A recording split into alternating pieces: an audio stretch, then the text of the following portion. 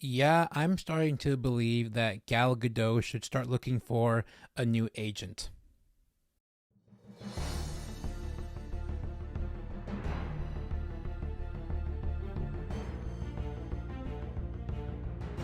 How's it going, fellas in the files? This is Dominic from Film Overload. And yes, I am back after a couple weeks of being gone, but I am back with another video. And today I am reviewing the brand new Netflix film starring Gal Gadot, and that is, of course, Heart of Stone.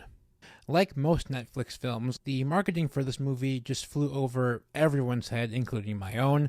And so when this just landed on Netflix, I was like, oh, it's a new Gal Gadot movie. You might as well check it out. And I have to say, I checked it out, and this movie is just a disaster. I'm just going to say this right now. This movie is just not good.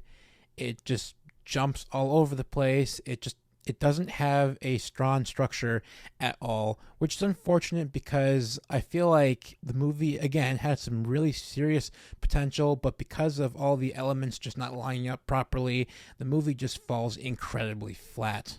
The story of an intelligence operative who works for a shadowy global peacekeeping agency as she races to stop a hacker from stealing its most valuable and dangerous weapon. And when you read that synopsis, you go, oh, okay, that sounds actually pretty interesting. But then you think to yourself, well, it's Netflix. And if you know Netflix quality films over the last few years, um, immediately you go, okay, this might not be good. And that is one of those movies again. Netflix's catalog of films just don't really seem to know who to target, so to speak. Netflix's catalog of films is not bad. There's a couple of really good films in their catalog, but the majority of them are just not good. They're not structured. Again, they're just not good films. And that's why I think a lot of people have just been kind of turned off to the company because their original IP is just not great. You know, once in a while they'll have like a big hit, like Wednesday or whatever, but most of their content is just not great. And unfortunately, Heart of Stone just lands in that category. And this movie greatly suffers again because of the writing. Like most Netflix films and television series, they're not great because of two things. One, the story is just not thought out very well, and two, because of the writing process that these people go through to write these movies and television series. The writing in this movie was just not great. It's all over the place, it's scattered, it's messy. It leaves you feeling very hollow. The characters are incredibly hollow, which I'll get to in a moment. But everything about the writing in this movie was just not great. It's all over the place, which makes the story all over the place, which makes your mind while you watch it all over the place, which really bogs down the entire product. And speaking of hollow characters, Gal Gadot tries her best to keep you invested and interested in this film. She tries everything she can, and it just doesn't work. All of the film's flaws completely overshadow her. I know they try to use her name as a marketing ploy to get people to watch this film like they did with her, The Rock, and Ryan Reynolds in Red Notice, but it just doesn't work this time. Again, the film's flaws greatly overshadowed Gal Gadot and her performance in this movie. And again, she tries her best, and I think she really does, but again, the movie's flaws just completely overshadow her, making her almost irrelevant for me, at least, when I viewed this film. And the same goes for the other characters in this film.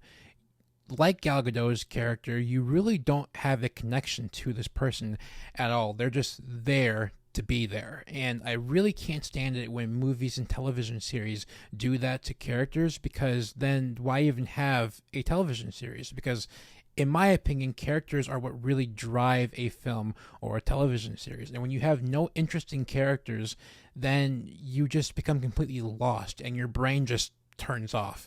And for me, that's what happened with Gal Gadot's character and all the other characters in this film. And again, it's a shame because they really had some really solid talent in this film to go alongside of Gal Gadot. And the last big strike I had with this film is that it was way too long. I'm sorry.